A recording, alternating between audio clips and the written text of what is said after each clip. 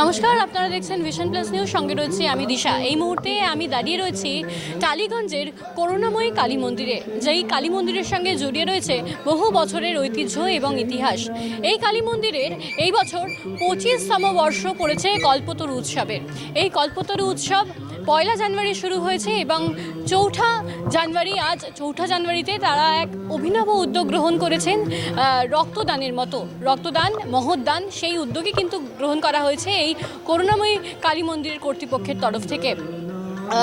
যেহেতু এই বছর তাদের 25 বছরে পদার্পণ করেছে তাদের কল্পতরু উৎসব, সেই উপলক্ষেই কিন্তু এই বছর তারা 25 দিন ব্যাপী একটি উৎসবের আয়োজন করেছেন এবং তার মধ্যেই আজকের এই বিশেষ উদ্যোগ। কি বলছেন এই বিশেষ উদ্যোগ সম্পর্কে করুণাময়ী কালী মন্দিরের যে অন্যতম সদস্য অশোক রায়চৌধুরী, জেনে নেওয়ার চেষ্টা করব। এই মুহূর্তে আমাদের সঙ্গে রয়েছে করুণাময়ী কালী মন্দিরের ট্রাস্টির অন্যতম সদস্য এবং এখানকার যে প্রধান পুরোহিত অশোকদার থেকে জেনে নেওয়ার চেষ্টা করব আজকের যে মূল উদ্যোগ, সেই উদ্যোগ সম্পর্কে। অশোকদা, আমরা দেখেছি যে 1 জানুয়ারি থেকে এখানে কল্পতরু উৎসবের শুভ সূচনা, আজকে 4 নম্বর দিন, কিন্তু কোনো মন্দিরে এই ধরনের অভিনব উদ্যোগ দেখিনি রক্তদানের মতো। এই উদ্যোগের যে চিন্তা কোথা থেকে? কারণ আমরা স্বামী বিবেকানন্দ করি, তো আমাদের চিন্তাভাবনাটাই সেরকম। স্বামীজি যেরকম বলতেন যে গীতা পাঠের থেকে ফুটবল খেলা বেশি ভালো, কারণ হচ্ছে ফুটবল খেলার যে কনসেন্ট্রেশন সেটাই কিন্তু আসল গীতা পাঠে কনভার্ট হয়ে যাবে। সেই জন্য বলতো ফুটবল খেলতে হবে। আর পুরুষদের, বিশেষ করে পুরুষ বা নারী, তাদেরকে স্বামীজির চিন্তাভাবনায় বড় হতে হবে, তাহলে সমাজ সুন্দরভাবে এগোবে। করুণাময়ী মন্দিরও সেই চিন্তা নিয়েই এগোচ্ছে বিগত 25 বছর ধরে। এবছর 25 বছর। তো স্বামীজির চিন্তাভাবনায় রক্তটা দেওয়াটা একটা প্রধান থাকতো, যে রক্তদান হচ্ছে মহৎদান। একটা রক্তদানে একটা মানুষের জীবন বাঁচে। তো সেই জন্য করুণাময়ী মন্দিরে রক্তদান উৎসবটা কিন্তু এটা চলে, প্রত্যেক বছরই চলে। মাঝখানে 4-5 বছর করোনার কালে বাদ গেছে, আবার এই বছর থেকে চালু হলে এটা চলবে। মন্দিরে শুধু ভগবানের পুজো হবে এটা হতে পারে না। মানুষ আসবে আর মন্দিরে শুধু প্রণামী বাক্সে পয়সা ভর্তি করবে আর সব পুরোহিতদের পকেট ভর্তি হবে। করুণাময়ী মন্দির ওই চিন্তা নিয়ে এগোয় না। করুণাময়ী মন্দিরের চিন্তাভাবনা হচ্ছে যে মন্দিরে যেরকম অর্থেরও প্রয়োজন, মন্দিরের সৌন্দর্যেরও প্রয়োজন, মানুষের সেবামূলক কাজেও মন্দিরকে পুরো দমে ঝাঁপাতে হবে। প্রত্যেকটা ধর্মীয় প্রতিষ্ঠানই তার নিজস্ব চিন্তাভাবনা নিয়ে এগোয়। করুণাময়ী মন্দিরও সেই তার নিজস্ব চিন্তাভাবনা এগোচ্ছে। তবে করুণাময়ী মন্দিরের সেবামূলক কাজ মানে এখন ব্যাপক থেকে ব্যাপকতর আকার ধারণ করছে। পশ্চিমবঙ্গ, কলকাতা, মানে এই সেন্টার থেকে, এটা গ্রাম থেকে গ্রামান্তর, দেশ বিদেশেও আমরা ছড়িয়ে দিচ্ছি মন্দিরের চিন্তাভাবনা। আগামী দিন আরও সুন্দরভাবে এই কাজ এগোবে। আর সেবামূলক কাজের তো কোনো কল্পনা নেই। করুণাময়ী মন্দির সারা বছর অসম্ভবভাবে সেবামূলক কাজটাকেই মেন ভগবানের পুজো হিসাবে দেখে, এবং সেই কারণেই যে মানুষ অসহায়, সম্বলহীন মানুষ, তাদের পাশে দাঁড়ানো। ছোট ছোট বাচ্চাদের নিয়ে তারা এখানে বড় করছে। সেই সব বাচ্চারা আজ বড় বড় আইটি সেক্টরে চাকরি করছে, ইঞ্জিনিয়ার হচ্ছে, কেউ ডাক্তার হচ্ছে। এর থেকে বড় ভগবানের পুজো, আশীর্বাদ আর কিছু হতে পারে না। কারণ মানুষের মধ্যেই ভগবান আছে। আর মন্দিরে মানুষ আসে কিন্তু মানুষের সারা দিনের দুঃখ, কষ্ট, চিন্তা ঈশ্বরের কাছে নিবেদন করতে, যে এখানে আসলে তার একটু মানসিক শান্তি হবে। সে মায়ের কাছে চাইবে। মা হচ্ছেন মহান শক্তিমান, তার কাছে সব কিছুই পাওয়া যায়।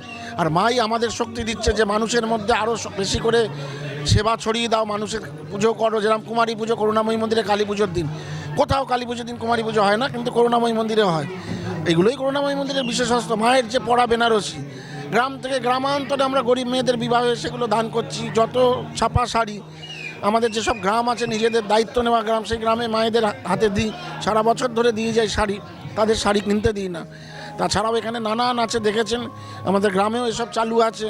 এই কল্পতরু উৎসবের দিন যত ফল মিষ্টি আমরা পুরুলিয়ায় পাঠিয়েছি, ওখানে যে আমার আদিবাসী বাচ্চারা আছে তাদের মধ্যে ডিস্ট্রিবিউট করা হয়েছে। করুণাময়ী মন্দিরের সেবা কাজ বলে শেষ করা যাবে না। ইতিহাস হয়ে যাচ্ছে করুণাময়ী মন্দিরের সেবা কাজ। আজকের ব্লাড ডোনেশন ক্যাম্পটা হচ্ছে তার মধ্যে একটা ঐতিহাসিক। এখন অবধি 50 জনের ওপর ব্লাড দিয়ে দিয়েছে। আর সব ইয়াং জেনারেশান, বাড়ির মারা বউরা এসে ব্লাড দিচ্ছে। এর থেকে আনন্দের কি থাকতে পারে? কার ব্লাড কে পাবে এটা ওপরওয়ালাই একমাত্র জানেন। রক্তের কোনো বিচার হয় না।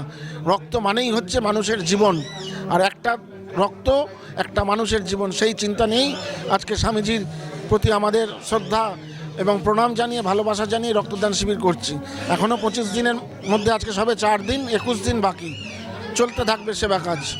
আমরা দেখতে পেলাম আপনি নিজেও রক্ত দিয়েছেন, আর এখানে যারা সাধারণ জনগণ আসছে তাদের জন্য কি ব্যবস্থা রাখা হয়েছে স্বাস্থ্য পরীক্ষার?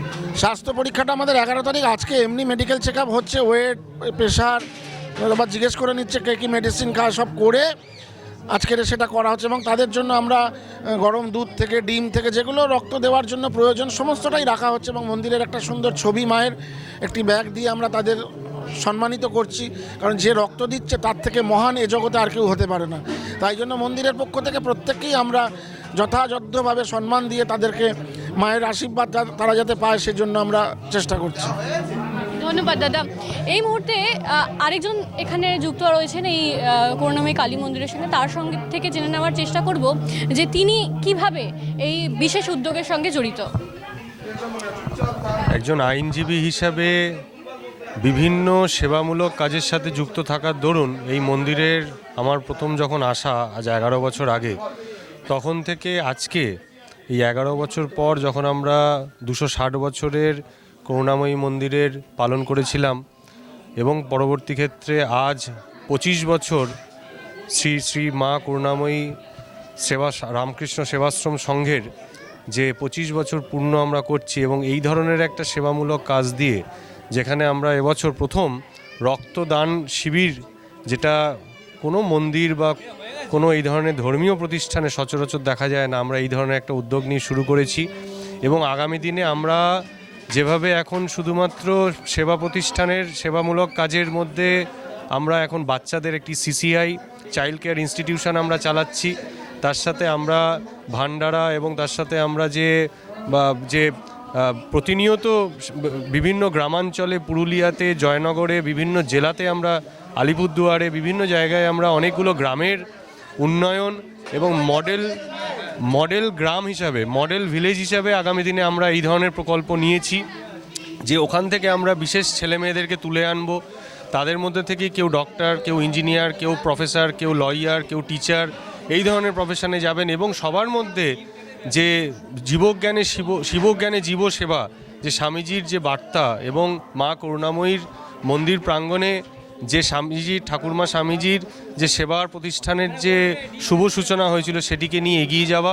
এবং আজকেই আমরা নিজেরা আলোচনা করেছি যে আগামী দিনে আমরা হোম আইসিইউ ফেসিলিটি, এই ধরনের ফেসিলিটিকেও ইনক্লুড করব, যে কারণে যাতে প্রচুর বয়স্ক মানুষরা আছেন যারা হয়তো, যাদের কেয়ার গিভার বা যাদেরকে প্রোটেকশান দেওয়ার মতন ইমিডিয়েটলি কেউ থাকে না, হয়তো সন্তানরা তাদের বিদেশে আছে, বিভিন্ন জায়গায় আছে, বা অনেকে নিঃসন্তান আছেন, এরকম অনেক ধরনের মানুষ আছেন, বয়স্ক মানুষ যারা আমাদের মন্দির প্রাঙ্গণে আসেন, যারা এক এক সময় হয়তো খুব ভালো ভালো প্রতিষ্ঠানের সাথে যুক্ত ছিলেন, কিন্তু আজকে সেই একাকিত্বের মধ্যে ওনারা আছেন। এবং তাদেরকে রিচ আউট করা, তাদের বাড়িতে গিয়ে সেবা পৌঁছে দেওয়া, এবং medicine facility, health facility, primary check up, এই ধরনের ফেসিলিটি আমরা দেব।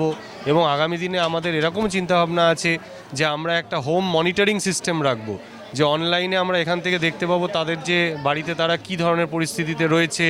রাত বিরতে তারা জাস্ট একটা সিম্পল সুইচ টিপলেই আমাদের কাছে নোটিফিকেশান চলে আসবে, আমাদের কাছে ইনফরমেশান চলে আসবে তাদের হেল্প দরকার। আমাদের টিম এখান থেকে তাদেরকে ফেসিলিটেট করবে। আমাদের যে অ্যাম্বুলেন্স ফেসিলিটি আমরা বহুদিন থেকে দিচ্ছি, আজকে রক্তদান শিবির রামকৃষ্ণ সেবা প্রতিষ্ঠানের যে সাহায্যে আমরা করছি, আস্তে আস্তে এই ধরনের অনুষ্ঠান, এই ধরনের সার্ভিসকে আমরা অ্যাম্বিটটাকে বাড়িয়ে দেবো, যাতে এটা শুধু মায়ের কৃপা, মায়ের কাছে প্রার্থনা করে, মায়ের কাছে এসে মানুষ যেরকম যে মায়ের আশীর্বাদ পাচ্ছেন, উপকার পাচ্ছেন, তার সাথে সাথে সরাসরি সেবাও যেন পান, সার্ভিসও যেন পান। এই বলেই আমি আমার বক্তব্য শেষ করব। শ্রী অশোক রায়চৌধুরী মহাশয়, আমাদের সেক্রেটারি অফ করুণাময়ী মা করুণাময়ী রামকৃষ্ণ সেবাশ্রম সংঘ, ওনাকে অশেষ ধন্যবাদ এই ধরনের একটা উদ্যোগ নেওয়ার জন্য। এবং আমি অবশ্যই আমাদের কাছে আসার জন্য ভিশন প্লাসের পুরো টিম, ক্যামেরা পার্সন এবং যিনি আমাদের হোস্ট করলেন, ওনাকে অসংখ্য ধন্যবাদ। এবং কল্পতরু দিবস এবং নতুন বছরের শুভেচ্ছা জ্ঞাপন করে আমার বক্তব্য শেষ করছি। ধন্যবাদ। যেমনটা শুনতে পেলেন, এক অভিনব উদ্যোগ নেওয়া হয়েছে এই সমস্ত যে কর্তৃপক্ষ তাদের পক্ষ থেকে। এবার আগামী দিনেও এরকম বহু উদ্যোগ তারা নেবে, এমনটাই আশা করছে টিম ভিশন প্লাস নিউজ।